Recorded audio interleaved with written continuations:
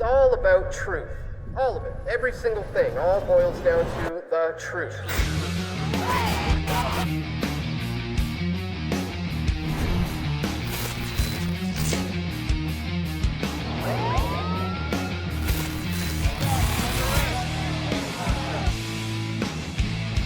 We all want truth.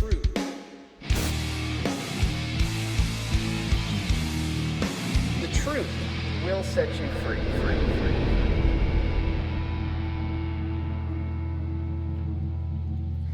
All right, welcome to the program, ladies and gentlemen. This is Press for Truth Live. I am your host, Dan Dix.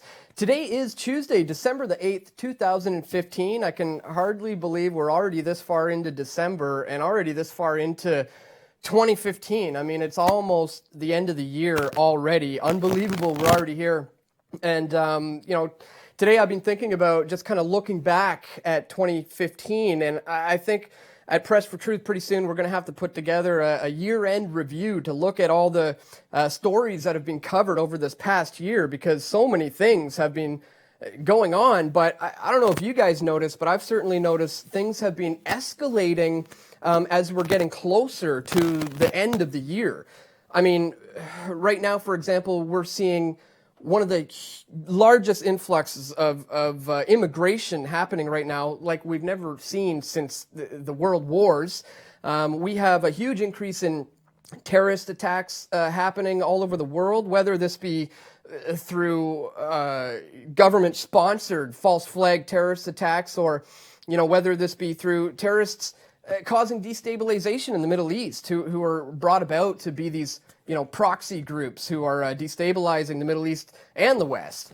Or there's also the biggest terrorist group on the planet right now meeting and discussing in Paris right now at the climate change conference, discussing how they're going to bring about their eventual one world government plan. So things are certainly escalating here in 2015, but I mean, if we continue down this road, I mean, what is 2016 going to look like? I mean, the way things have been escalating is starting to shape up. 2016 is shaping up to be a pretty crazy year. So on that note, I want to go to my guest for today because we have limited amount of time with them. And today we're going to be speaking with the one and only Gerald Celente of trendsresearch.com. So Gerald, thank you, man, so much for taking some time to speak with us here at Press for Truth. Thanks for having me, David. So listen, I want to get your thoughts on everything that you see coming in 2016, some of the predictions you have seen, things you see coming down the road. But before we get to that, let's talk a little bit about some of the things happening today. There's huge things in the news. I just want to briefly touch on, this just came out from the Globe and Mail, and I'll just get your thoughts on it. It says the loonie touches 11-year low as crude prices sink. Plunging oil prices dragged down the Toronto stock market by more than 300 points, about 2.4 cents in the mid-afternoon trading, as the Canadian dollar fell to levels not seen in more than a decade.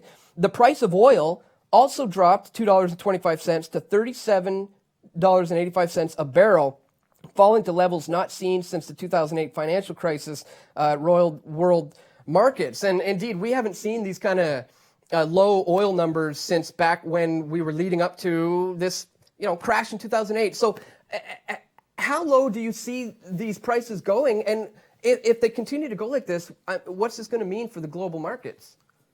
Well, you see, it's not only oil, commodities across the board, whether they're raw materials or grains or dairy.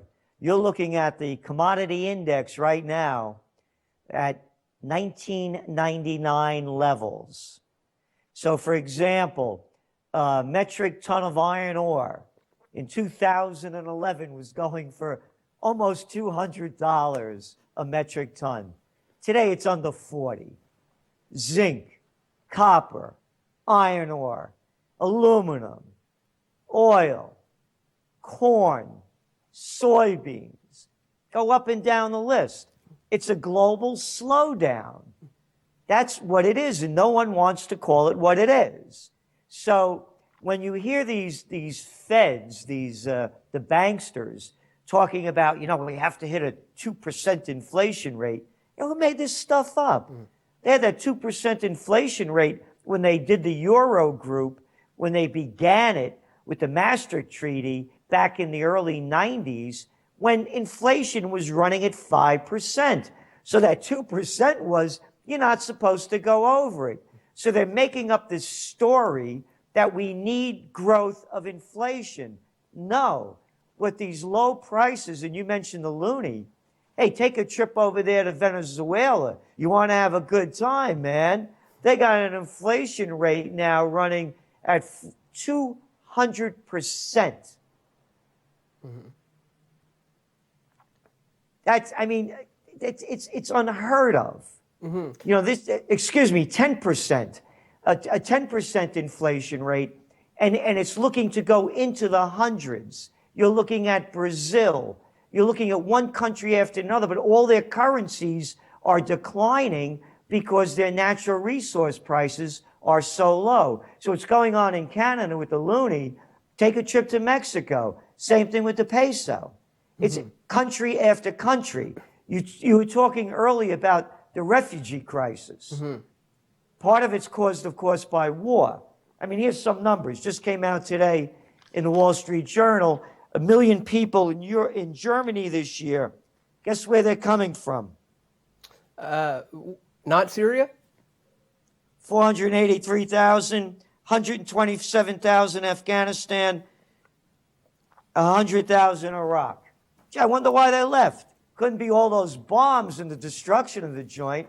But no. But then you now add on to this one, David. Now we're mentioning all these low commodity prices. Now you're going to start seeing waves of migrants.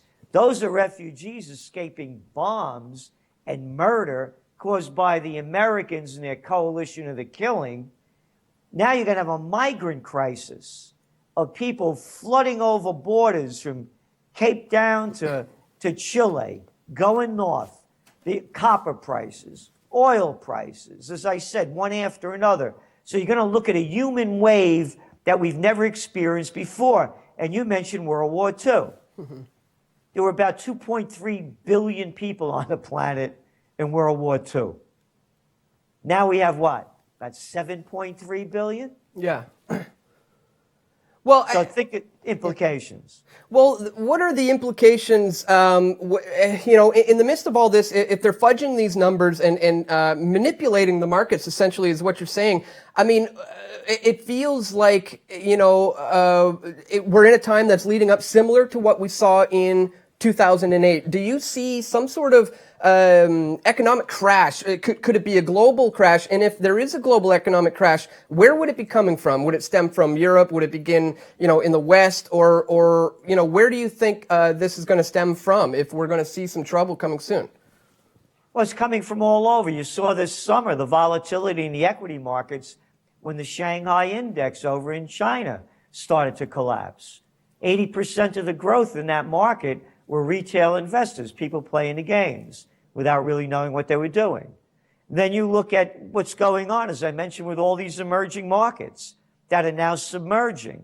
When you had all that quantitative easing from the Federal Reserve, that hot money that you could get very cheaply was going into all of these emerging markets. What does that mean? It means that they borrowed a lot of cheap dollars. And they were exporting a lot to China as the Ponzi scheme kept going on, because China had their Ponzi scheme going too, with all of their quantitative easing. So now what happens? Now there's a slowdown in China. They're not exporting stuff. They owe all this money. The money's based in dollars. Now they're talking about raising interest rates in the States as all these currencies are crashing, but they got to pay it back in bucks. So we're looking at, this is going to be much worse than the panic of '08. Because what they did is they did not let free market principles run its course. You know, I go to these websites and I like a lot of the things they put out, but they'll always throw this line in there. You know, this is the result of capitalism. It's not. It's fascism. It's the merger of state and corporate powers. in capitalism, there's no such thing, little girls and boys, as too big to fail. There's no such thing as bailing out your banker buddies, your financial criminals, and your other big cats that are doing bad deals that need dough. That's not capitalism. It's fascism. You see the deals that are being made. It's all it is the merger of state and corporate powers. What they've done now, the fascists, they've created an equity bubble that is here. China. 20 years ago, China's debt was $500 billion. Today, it's about $30 trillion. Japan, Abenomics, all that phony dough thrown in there. Recession.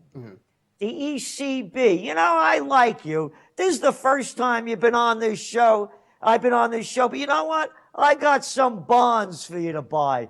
We call it negative yields. Yeah. And what we're going to do, because you're such a nice guy, you pay me X amount, I'm going to deduct it, and you're going to get less money back when I pay you. We're going to call it negative yields and negative interest rates.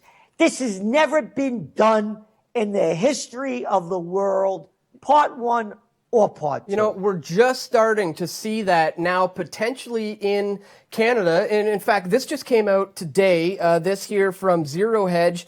Canada just warned that negative interest rates are coming. And what is coming is also precisely what, it goes on to say here, moments ago, the Bank of Canada chief said we had been waiting patiently, waiting over the past several months, that Europe's experiment with the negative rates is about to cross over to the Atlantic. This seems like a confusing concept for people out there, this idea of negative interest. Is this just a massive bait and switch? You know, you throw out the fishing line, you get them hooked, and then you reel them in, and you reel in the real wealth, the actual tangible things that they had to sign over in order to get these loans, you know, their houses, the land. Is that what it's about? Is this a big scam? No, not at all. Okay. What it's about is what it allows. You see the merger and acquisition activity. It's at an all-time high now because the big cats are borrowing money for nothing. This hurts we the little people. We don't get those kind of rates. It helps big companies buy back their stock. That's what's driven the equity markets. Mergers, acquisition activity, and stock buybacks. That's it.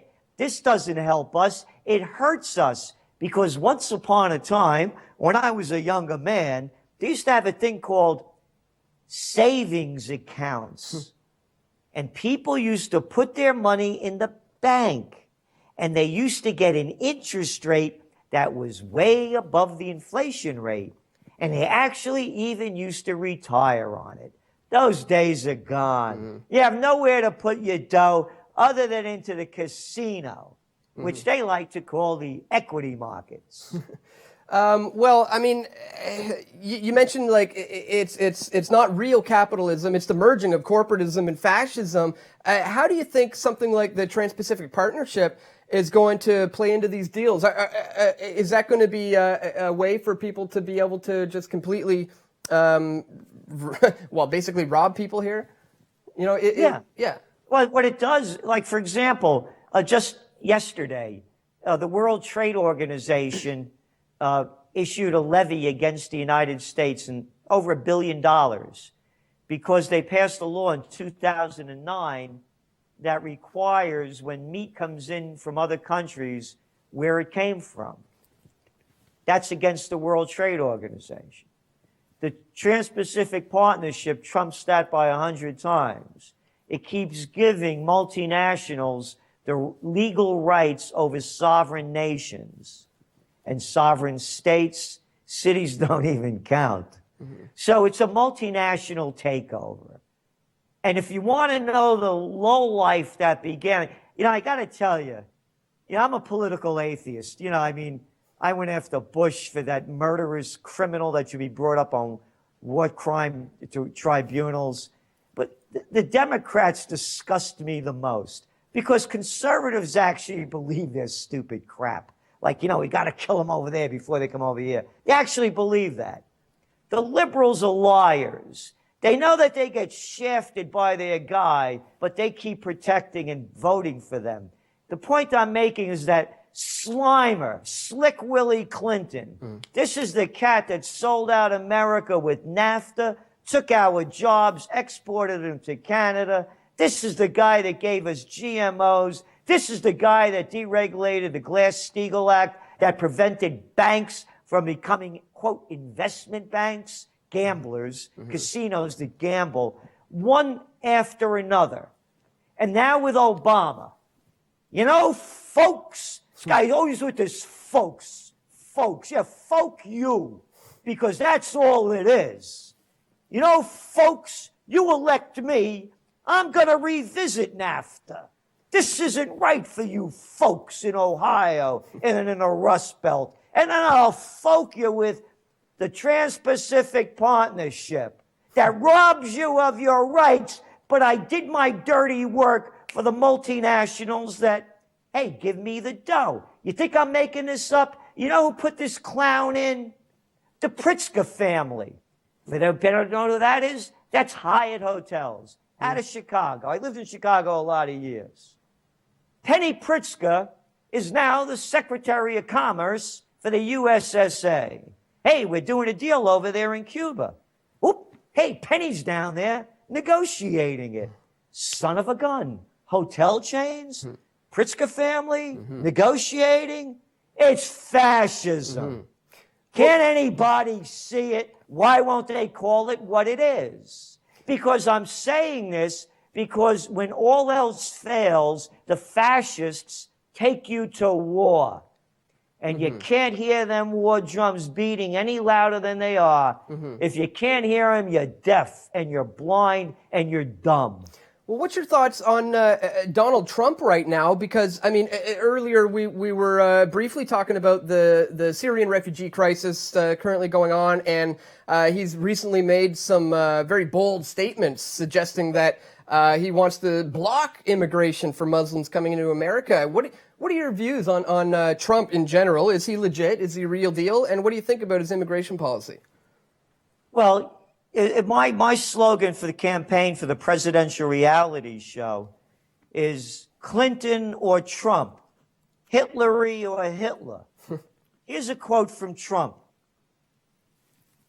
Trump said in an email statement before Pearl Harbor Day rally in South Carolina, quote, where this hatred comes from, meaning about the Muslims, and why we will have to where this hatred comes from and why we will have to determine.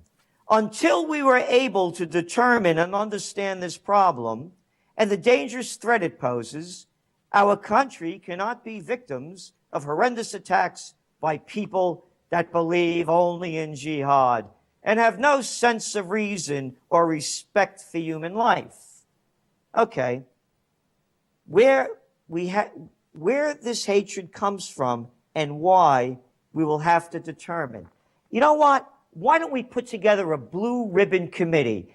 How about this, Donald? How about the mass murder of over 1 million Iraqis because Saddam Hussein had weapons of mass destruction and ties to Al-Qaeda that he never had, and the destruction of an entire country, and the murder of people, everybody that they love, and young people having no future. Oh, and I forgot the torture. Abu Ghraib, huh? You forgot about that, and all the other ones we don't know about. How about this, Donald? Maybe you could get this into your head. I know that you're the most brilliant guy out there because you keep telling everybody. Did you ever hear of Libya? How about Libya, when the United States and its coalition of the killing, Gaddafi has to go? Why? Oh, now you destroyed that country. Oh, and I forgot. The people that you armed to overthrow them, hey, aren't they the same people now that you're calling jihadists? I forgot about Syria. Assad has to go. You heard Hitler scream that one out 100 times. And Obama. What did I read? Where are the refugees coming from? Oh, we have to figure out why they hate us. Hey, how about you? Would you be one of these guys if your country was destroyed by a foreign power? You had no future. Everybody you love is dead, and they keep bombing you. Did anybody ever hear of revenge? Right. Maybe. You know, I'll tell you what a jerk this guy is. He said it right here. I have it in front of me from today's Wall Street Journal. Here we goes. He said, it's obvious to anybody the hatred among Muslims is beyond comprehension. I could understand it, but not all Muslims. Hey, I got an idea. Why just pick on one religion? How about Catholics? What about Jews? Look at this fascist crap. Here, but here's the kicker. He would keep the ban intact, quote, until our country's representatives can figure what's going on, end quote. Our country's representatives? Which group of jerks you talking about? The Republicans or the Democrats? Our country's representatives? Oh, hey, Junior, they don't represent me. They represent you because you say it over and over again with your big mouth. How you pay them off and buy them off. Oh, you even brag that you paid Hillary enough money for her to come to your wedding. So they're not our representatives, and the only thing they have to represent is one string of failures after another. What do I think of Trump? What do I think of crap? What do I say? And all of them. It's a freak show. Did you hear Ted Cruz? He's going to bomb the Middle East to see if the sand glows. And all of these people with their fat mouths and a pair of cojones the size of a mothball. They never fought in war. They'll never send their kids. Hey, Trump, you beat the Vietnam draft, didn't you? But you won't admit it. Oh, no, you had a spur on your ankle. Oh, yeah. But you can't remember which one. But boy, do you talk tough. Hey, send your kids, send your daughter. You too, Hillary. You too, Trump. Rubio. Could you imagine Rubio in a fight with who? Howdy Doody?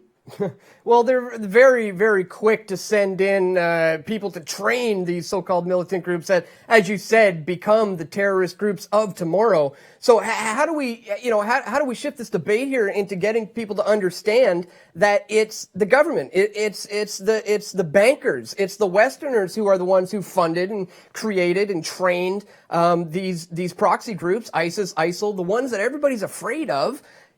How do we turn around this debate and get people to understand that, where this problem comes from is the central bankers. They're the ones creating these guys in the first place. They're part of it. The central banks are part of it, but they're the madmen in charge too. Go back to the videos. Look at Netanyahu from Israel back before the Iraq war going. Anybody could see it, addressing Congress, how Assad has to go. Go to the Wahhabis, the Saudis. The beheaders in chief, what are they up to 200 this year already? They're the ones that are trying to overthrow Assad along with Turkey and what they did. They're the ones that pushed it. Matter of fact, I was on China Today with this clown from Al Jazeera trumping up going into Libya. And as I said to the guy, I said, what America has, I said, people should go to that one. Put my name in, Gerald Celente, China Today, go back to 2011. This little boy lost it at the end when I called him out. He was talking so proper, and then you show what a fraud he is, and they lose it. So it's crazy people. The banks are only part of it. Look, we launched Occupy Peace, and I'm not a pacifist. I taught close combat for many years, been a practitioner for over 35 years. I'll kill anybody that tries to kill me. I don't get in fights because you never know how they're going to end up, and you want to avoid them. So when I talk about peace, I'm not saying, oh, peace and love, let's om and pray. No. I'm talking about tangible steps, and that's what Occupy Peace was, or is. We had Ralph Nader here, Cindy Sheehan, whose son was killed in Iraq, Dr. Robert Thurman, famous Buddhist, Uma Thurman's father, Gary Null, well known in New York and the area. We closed down the streets here in colonial Kingston. We have a program. Honor the founding fathers. Every one of them, beginning with George Washington. Not these little boys that can't fight, a real commander-in-chief. He doesn't, I don't think he was playing basketball, shooting pool, or playing golf. A real guy that led the troops. His farewell address, no foreign entanglements, and the world was at war back then. Big time. Jefferson, Madison, Adams, Franklin, every one of them. So, occupy peace. Close down the bases, secure the homeland, put the troops to work rebuilding our stinking, rotting third world infrastructure, rather than giving hundreds of millions and billions of dollars to the military contractors to build highways in Afghanistan. Force Congress to go to war. Vote for war. It's the Constitution. We are now bombing Syria. Iraq was a total illegal war, as was Libya. Congress has not voted to go to war since World War II. And finally, to put on the ballot of each state that we, the people, will tell them how to vote, because they don't represent us. They represent Donald Trump's and other multimillionaires that give them dough. They call it campaign contributions. Where I come from, growing up in the Bronx, we call it bribes and payoffs. So there is a way out. Now, I want to mention something. We sent out over 360,000 press releases to the global media over a period of a month. Remember, Ralph Nader, Cindy Sheehan, Robert Thurman, Gary Null, closing down the streets of the most historic four corners in the United States here in colonial Kingston. Not one line of coverage. Not one. Because all the media is doing is selling war. They're not selling peace. Peace is off the platform. Matter of fact, that other little guy, that guy, what's his name? David Penis in the Pig's Mouth? Cameron. Yeah, that's it. Yeah, you saw that picture. The story came out when he was in college. Yeah, that guy. Anybody that voted against his sending bombers to bomb Syria, terrorist sympathizers, quote. Yeah. Well, that's what it's come down to now. Is if you speak out against these things, well, then you are in support of this. Here in Canada now, the mood has shifted because of the leadership role has changed. I don't know if you're aware that we've gotten rid of Stephen Harper and now have Justin Trudeau. And he's kind of, because of the young, fresh face, the new look, the hopeful change, he may be able to usher in usher us into these wars under the guise of humanitarianism now, as opposed to the old Harper's ways of fear mongering and just drumming up the war drums. What are your thoughts on Justin Trudeau here in Canada getting a full liberal swing? I don't know if you follow Canadian politics much, but what are your thoughts of Justin Trudeau having a liberal majority here? Well, he said that he was going to bring the planes out of Syria, right? Yeah. They haven't come out yet, have they? No, they haven't. In fact, they just bombed Iraq. I haven't heard a date. Do they have a date yet for it? They're tossing around this idea of March, but that date continuously keeps changing. So yeah. So what's the big deal? Yeah. You're gonna bring them in, bring them back. And matter of fact, that other Slimer Cameron used the deal that they were bombing away over there in Syria before, but he claims it was Canadian aircraft that they were using. Right. So by their deeds you shall know them. Talk is cheap. I mean, look at Obama, man. You want to call a fraud? This guy, he lied his way into office. Hey, I'll tell you what, I'm going to close Guantanamo. First day I'm in office. Yeah. Within 1 year. Hey, those Afghan troops not going to be there no more. Yeah. One lie after another. Hey, no boots on the ground, I says.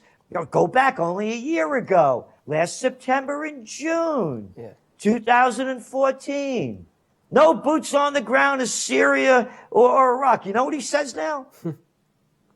Well, of course we got to have boots on the ground. No. He said, people are thinking they understand boots. I said, they think I'm not going to put battalions back in there. I'm not going to bring battalions back in. Boots are different. And they get away with it. Yeah. So when you ask me about Trudeau, I want to see what he's going to do. Because, again, why is it March? How come it's not now? Yeah. How come it wasn't last week? How come it wasn't when he got elected? It's sounding like Obama closing down Guantanamo. Yeah, exactly. It's the same old kind of stuff over and over again. He said he was going to pull them out, and then he didn't. And then what he ended up doing is sending in troops to train the militants who are fighting ISIS. Meanwhile, this is how we got into this problem in the first place. So on that note with Trudeau, I'm also, talking about this fact that politicians lie. They go on these platforms and on a platform of lies and then get in and don't carry out what they said they were going to do. Justin Trudeau has really been campaigning on this concept of legalizing cannabis here in Canada, and there's a huge swing towards this. It does look like legalization is inevitable. It does seem that it will occur here in Canada eventually at some point. So as the trends forecaster and somebody who understands markets, what do you think that's going to mean for the future of Canadian markets if cannabis is legalized here? I think it's going to not make much of a difference because it's going to keep happening more and more in the States as well. This whole war on drugs has been a total failure, especially with weed. And it's a way also to make money, because that's when you look at Colorado and the whole tax routine of it. As long as they can make dough on it. Remember, they had prohibition here in the States. And then they found out a way how to really tax it very heavily, so it's okay, and they ended prohibition. It's the same thing. If they find out how to make money off it, they're going to take it. They don't care. They'll make it legal. Yeah. So I think that's the way it's going to play out. And again, I don't think it's going to be such a big deal because it's happening more and more in the States, and it's going to continue to have more legalization. Again, I don't think it should be legalized. I think it should be decriminalized. I mean, who put it in their head that they have the right to say what a seed should do? Yeah. Just decriminalize it. Stay out of it. It's none of their business. Yeah, I would have to agree. I think it should be on par with blueberries or something like that. Or if you want to, have tomatoes or something, you should be able to go ahead and Exactly. have it. Yeah. So moving forward now, I want to get your some of your thoughts for what you see coming for 2016. I mean, as I stated in the beginning of the show, things are escalating now with all these terrorism events. The economies around the world are, the Canadian. We're about to go into a recession. What do you think? What do you foresee coming in 2016? And what are some of the big predictions you have for next year? Well, the top trends are coming out now of 2016, and people want to know more about them, by the way, in detail. Our website is trendsresearch.com, and we're putting out a brief now of what the top trends for 2016 will be. And, of course, we keep adding on to them. And the full report will be coming out in January. But right now, the Trends Monthly has a real in-depth outline of them. On the war front, this may be the fourth and last world war if we let the psychopaths take us to it. It'll be the war that Albert Einstein talked about. Yeah. They asked him what weapons will be fought in the Third World War. He said, I don't know what weapons will be used in the Third World War, but they'll be using sticks and stones in the Fourth. And when you listen to guys like Trump, like Cruz, like all of them, all talking war. By the way, I got to hand it to Renzi over there in Italy. He doesn't want to get involved in this. Bravo for him. But when you talk, matter of fact, now what? The Germans are sending troops into Syria. And now you keep the noises again ratcheting up against Russia and what's going on in Ukraine. They outright lie, by the way. You could watch the debates in the States. In the debates, there's a game show, Beat the Clock. You got 60 seconds to answer the question and 30 seconds for rebuttal. I mean, you can't make this stuff up. Anyway, this one of these women from CNBC, Maria Bartiromo, she asked Trump in a question, about now that Russia has attacked or invaded, one of those two words, Ukraine. Russia never invaded or attacked Ukraine. It was the United States and its Western allies that overthrew the democratically elected government of Yanukovych. Like him or not, that's the deal. But anyway, we're very concerned about the building of world war. Particularly, of course, what's going on in Ukraine, but also in the Middle East. What's not making the news is the mass murder being committed by the West's favorite allies, the Saudis. They're bombing Yemen into oblivion, the poorest country in the Middle East. Several thousand people have been killed. This poor country's being destroyed. There's going to be blowback in the area. As we used to say, payback's a bitch. And you're going to start seeing it spreading more and wider unless it's contained. Again, when I say peace and prosperity, and your program is truth, those are the three words to put together on this. Peace, truth, and prosperity. Those are not throwaway lines. Because when you look at what war does, it only destroys and it creates more hostilities and declining economies. So now everybody's beating the drums for more war. As the global recession is bringing down economies, this is a time to rebuild them. So unless we have them, we're very concerned about war in 2016 of a major magnitude. We're also concerned about a global recession. We believe that's in the making, and it may happen even before the clock strikes 16. So those are just a few of them. And as I said, there's a whole list of them. It's not all gloom and doom. There's a lot of there's a big profit opportunities out there as well. I mentioned mergers and acquisitions, for example. They're at all-time highs.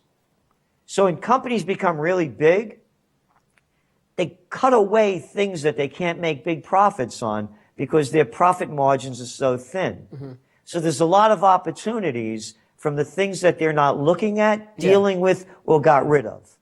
So it could be a great time for entrepreneurs that are on trend, looking ahead and seizing opportunities. Again, in the absence of a war, life goes on. Yeah.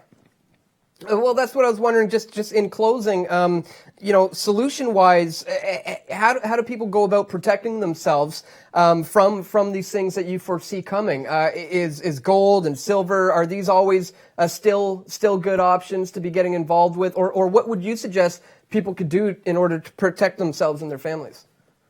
Well, the motto of the Trends Journal, taught to my dear father, may his soul rest in peace. When I was a little boy, anytime I'd shoot my mouth off, he'd say to me in Italian, "Papagallo," parrot. Stop repeating what everybody else is saying and think for yourself. So what I have to say is only the way I see it, and I urge everyone to think for themselves. I don't give financial advice. For me, gold is golden. Why would I want to have loonies when they've declined 25%? And I don't know how much further they're going to go down. Why would I want Brazilian real that are down 40%? Why would I want currencies from Venezuela or Mexico with all of this inflation skyrocketing and currencies declining? Because when all else fails and they do take you to war, gold is golden. It's been for the beginning of the written word, or even before it, and it's not going away. Yeah. So it may be we have been saying, by the way, it's going on 4 years now. We said the bottom of gold is at $1,050. We said that when gold was at 1,800. So we think it's at the bottom because it costs more than that to take it out of the ground. And then when you look at the numbers, there are two different worlds out there. In the physical world, demand in the United States for gold in the last year, this year, it's up over 200%. The World Gold Council, globally, it's up almost 10%. Europe up 35%.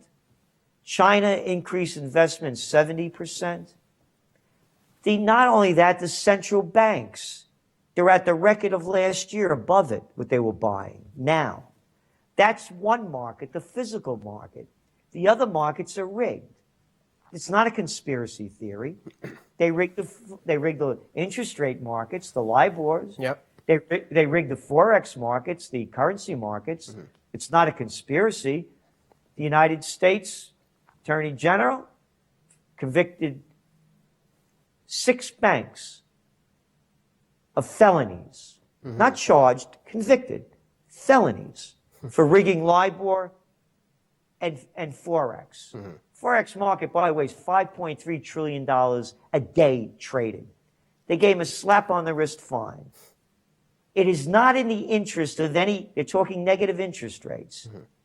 Who in their right mind would buy a bond and get a negative yield, get less money back in 10 years than what you paid for it 10 years ago? Yeah. So what I'm saying is the central banks are artificially keeping gold prices down because people will recognize that all of this digital money backed by nothing and printed on nothing is worth nothing. Yeah. Well, I would have to agree. I mean, anything tangible really is really where it's at, and that's what people need to realize is that if you can't physically hold it in your hands, well, then the government's basically got their bony little fingers right around their neck, and if you're in debt, they can squeeze at pretty much any time. Any final thoughts? Again, give out I want to mention is Donald Trump. Again, we think he's going to be the Republican nominee. And at this time, it's between Clinton and him, and we're picking Clinton so far. Again, I wouldn't vote for either of them. The Republicans and the Democrats, to me, are no different than the Bloods and the Crips. And I don't mean that sarcastically. How many more people do they have to murder around the world in the name of bringing freedom and democracy, and that term now that Trudeau's throwing out there, humanitarian missions? That's what they call Syria and Libya. That's what Hillary Clinton, Susan Rice, Samantha Powers, and Obama called it. And thieves, because they keep stealing our dough in the name of too big to fails, tax breaks and loan guarantees and inside deals to their buddies. So having said that, something interesting about Trump that I think people should tune into. I don't know if he's out of his mind or he's stupid. I know he says he's the most intelligent person with the greatest memory of anybody in the world, and that he saw thousands of Arabs in Jersey dancing in the streets at 9/11, but it's out of the news now, and nobody could show the footage, and he keeps coming up with this lame thing that, oh yes, somebody wrote about it. No, you said you saw it. You said you saw it. You said you saw it. Now, how many times did I repeat that? 3. You said you saw it. You said you saw it. That's what he does all the time. He goes on to say, Trump is calling for a total and complete shutdown of Muslims entering the United States until our country's representatives can figure out what the hell is going on, end quote. Again, our country's representatives, a bunch of freaks. But anyway, let me go on. We have no choice. We have no choice. We have no choice. He does that all the time. He keeps repeating himself. He either repeats himself because it's some marketing or some form of brainwashing, kind of a scam to get people, or because he's too stupid to make a complete thought, or he's just out of his mind. I don't know. But something, you watch him all the time, he rarely puts a complete thought together, and he keeps repeating himself 3, 4, 5 times over and over again. We'll come back to it and repeat the same lines over again. Yeah, I don't trust. I can't trust these guys. I wouldn't touch it with a 10-foot pole. I mean, especially if he ever became president of the United States. I mean, you don't get to a position like that in this day and age of how things are going unless you've been groomed and shaped and molded and put into that position. So I simply don't trust anybody who's getting as much traction as he is, especially if he becomes president of the United States, which I highly Well, you doubt. make a good point. You make an excellent point. He's a member of the club. And that's the other arrogant attitude about him. Let me tell you how smart I am and what a great business guy I am. His old man left him what? Between $200 and $400 million. When he was in college, the old man gave him a couple of $1 million, and he's my age. A couple of $1 million in 1969 to buy real estate in Pennsylvania and Philadelphia. Yeah, he's had a bit of a different upbringing than most. Yeah, so it's one of these guys that had all the golden doors open to him and gold at his feet. Another arrogant boy born on third base and thought he hit a triple. Yeah. I couldn't agree with you more. You nailed it on the head there. Give us the links as we're closing it out. Where can people reach you on Twitter, and where can they go to learn more from you? Go to trendsresearch.com, and you'll see all the information we put out. It's not only the Trends Journal. We put out a Trends This Week, a Trends Monthly, and every weekday evening we do Trends in the News broadcast. So if you want to see history before it happens and get especially ahead of the curve in 2016, I suggest you consider going to trendsresearch.com. Fantastic. Thank you so much for joining us. Take care. We hope to talk to you again soon. See you later. Okay, thank you, and all the best. All right, so that was Gerald Celente, and be sure to check out the links in the description to where you can learn more from trendsresearch.com. As he said, they're often putting out a lot of information every week, talking about the things that we can expect to come in 2016. And as I stated in the beginning of the show, as we're seeing things escalate in 2015 and we're getting closer, ramping up to 2016, it should be interesting to see where things go, but we're going to remain vigilant. We're going to continue to expose evilness and wickedness and corruption in high places as we see it. So that's all for this week, folks. I want to thank you for tuning in. Be sure to tune in same time next week. We'll be right back here for our final broadcast before the Christmas break.